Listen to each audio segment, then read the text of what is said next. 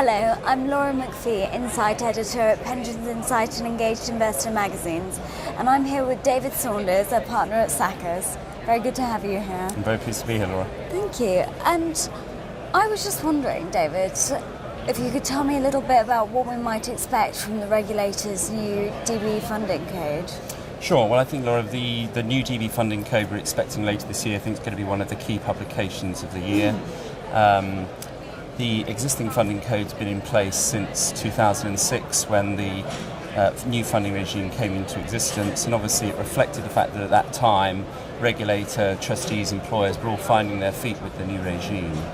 I think that now the regime's much more bedded down, regulators thought it's time to revisit that code, and I think there are probably three key areas where we can expect from the new code.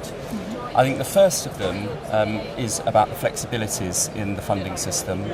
The legislation itself isn't particularly prescriptive about how defined benefits should be funded. It expects liabilities to be valued prudently, and that if a deficit's revealed, that a recovery plan's put in place. But beyond that, it leaves it pretty open for trustees and employers to reach appropriate agreements between them relevant to the circumstances of their scheme. And I think we can very much expect the regulator to focus on those flexibilities in the new code and expect and encourage trustees and employers to take advantage of them. I think the second thing which we've seen very much trailed in funding statements that have come from the regulator over the past couple of years is this increased focus on an integrated approach to looking at funding, investment and the strength of the employer covenant. And I think increasingly trustees will be expected to be able to demonstrate how they've adopted that integrated approach when reaching the funding arrangements that they're putting in place for their scheme.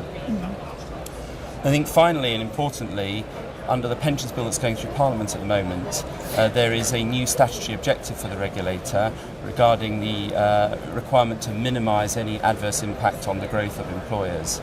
And I think how this is going to interact with the current regulatory objectives and the funding regime is of key interest to trustees and employers. I think we may see two things in particular coming from that. One is how the regulator is going to deal with companies that may not be particularly in the growth phase at the moment, and how that objective ought to be interpreted in the context of those employers. I think it's also going to be interesting to see to what extent the regulator sees this only as its objective, or to what extent it encourages and expects trustees also to take the same similar approach into account when formulating funding arrangements with their employers. Absolutely. Well, thank you very much for that. Thank you.